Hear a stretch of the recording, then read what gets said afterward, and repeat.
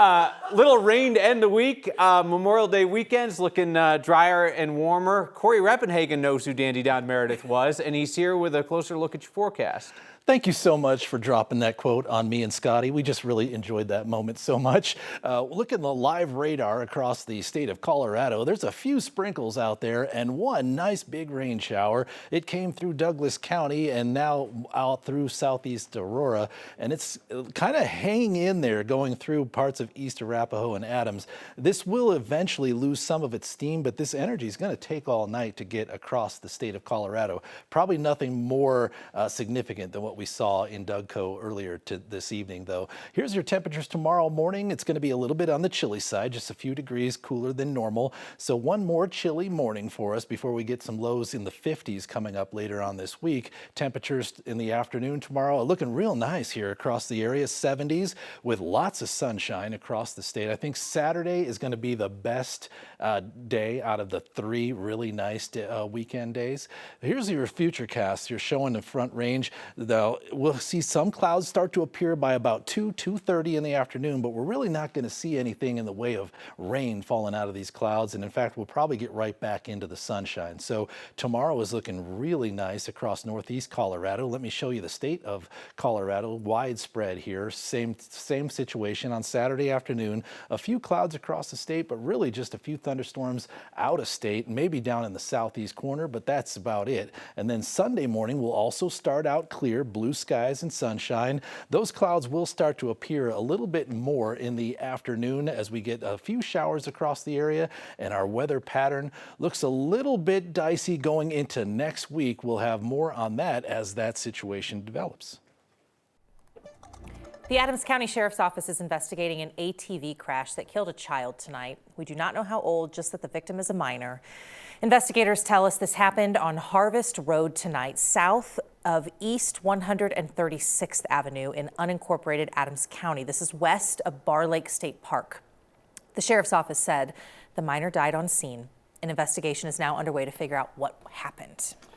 One young person is under arrest for a shooting that claimed the life of another. That shooting happened inside the Montbello Rec Center last night. Tonight, city leaders and anti-violence advocates are all relaying the grief for the killing that has rattled this community. Here's 9 News reporter Colton Chavez. They're frustrated in that moment. It's a moment investigators say ended a young life inside a Montbello Rec Center. And I'm sure they do come to a moment where they're like, man, I just really did that, and it's too late to take it back. Denver police say a juvenile suspect is in custody, facing charges in the shooting death of another young person. It's a loss that Lifeline Colorado wants to stop from happening. Anything that these kids need to be successful. Adrian Williams is the nonprofit's director of violence interruption and says this type of tragedy changes more lives than one. It's not only the shooter, the family, the victim, the community. So many people are getting impacted off such a quick reaction. A reaction that Denver police are still investigating as we wait to learn more about what led up to the shooting. Williams says Lifeline Colorado offers programs that are rooted in helping kids avoid situations like this. You can have the smallest conversation where it's, hey, let's check out this boxing gym, or let's go play baseball, let's go play basketball. Williams says he wants families to know there are simple steps to stopping major moments like this from happening. It's just a little conversation. It doesn't even have to be, hey, my kid's doing bad, or hey, you really need to talk to this guy. It could be a little as just a shoulder bump. The Montbello Rec Center is closed until further notice. All of its programs are temporarily suspended.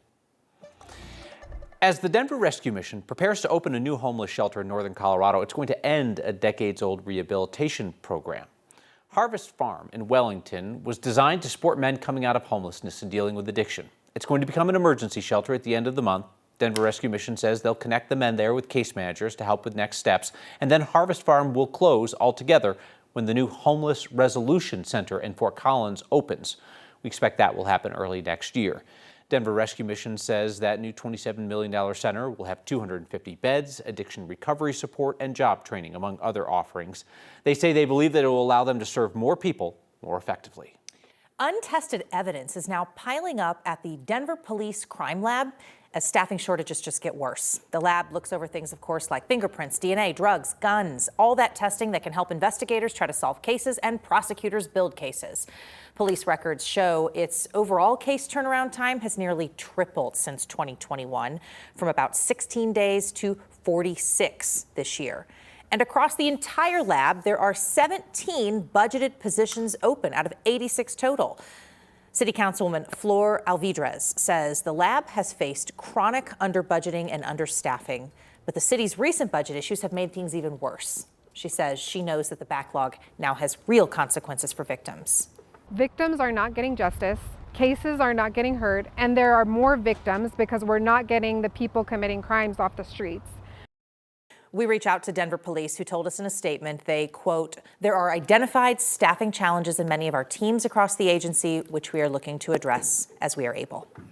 Drivers say a massive pothole on westbound I-70 near Kipling was taking out cars left and right this week. CDOT eventually fixed it, but some of the drivers whose cars were damaged argue it wasn't done quickly enough.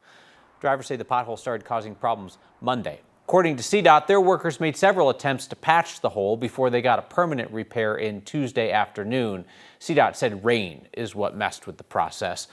Drivers we talked to are frustrated by the timeline of the repair. One driver told us this pothole was simply too big to get around. It was huge. It was about this long and it was about this deep. I was trying to avoid it and I couldn't have avoided it if I wanted to because it was so large. Some impacted drivers say they plan to file damage claims with the state. We checked into that, and those claims are rarely awarded because drivers have to prove that the state knew about the problem and failed to fix it in a reasonable amount of time.